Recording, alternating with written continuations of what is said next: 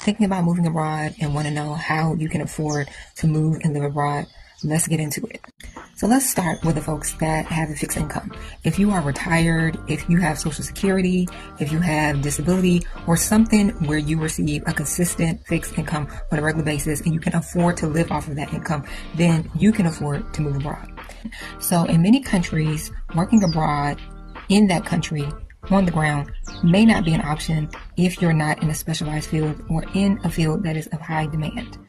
If you're just thinking, I can get any old job, you may not be able to, because in many countries they prioritize hiring the natives first. So if you're not a native to that land, getting work may be a lot harder. Also, it is required in most cases, regardless of what type of job you find, if you're able to find one, that you will have to apply for some sort of work visa. And to add on to that, even if you can find a job, the wages may not be comparable to what you're used to if you're coming from the States or somewhere in the Western world, if you're moving to another part of the world where the wages are much lower. So you may not be able to afford to maintain the same sort of lifestyle.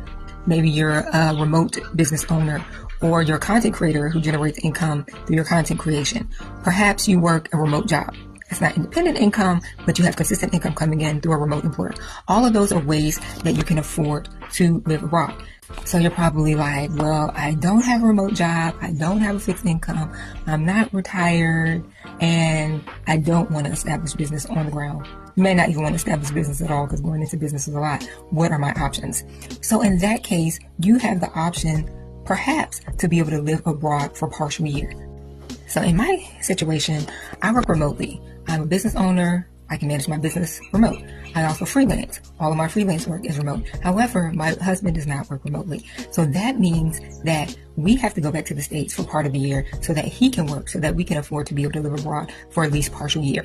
That is also an option for you too.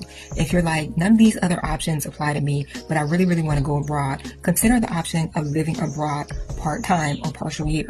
I will say that in my experience thus far, living abroad for partial year beats living in the States full-time. So don't think just because you can't afford to be out of the country an entire year or permanently just yet that you cannot move abroad. You can move abroad. You may just need to be able to break it up. So these are all the ways that you can afford to move and live abroad. And the main thing that I want to be the takeaway is that there are lots of ways to do it. So don't think that it is impossible, because it is not.